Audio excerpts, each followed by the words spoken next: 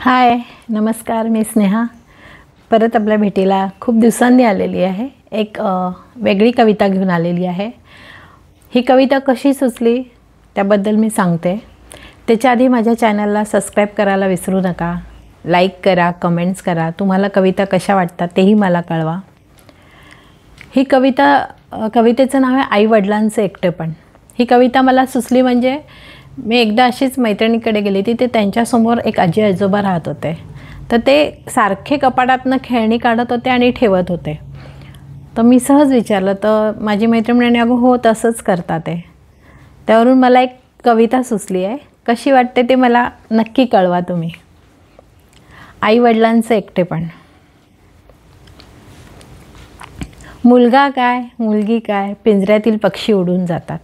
मुलगा काय, मुलगी काय, पिंजऱ्यातील पक्षी उडून जातात. आईवडिलांना आठवणी मात्र ठेवून जातात.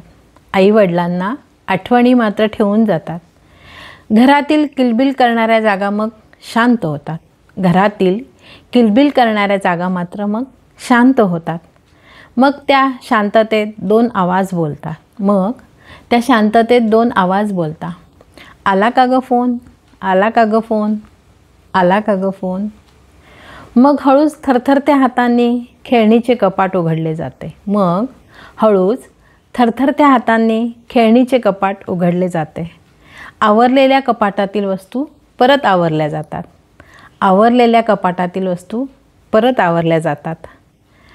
वस्तूतील आठवणी हृदयात साठवल्या जातात. वस्तूतील आठवणी हृदयात साठवल्या जातात. मग असे अनेक वस्तूंचे कपाटे उघडली जातात.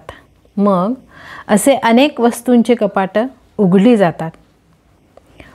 मग एकमेकांकडे बघून त्या आठवणी सगळ्या साठवल्या जातात आणि निघतात. मग एकमेकांकडे बघून त्या आठवणी सगळ्या साठवल्या जातात आणि निघतात.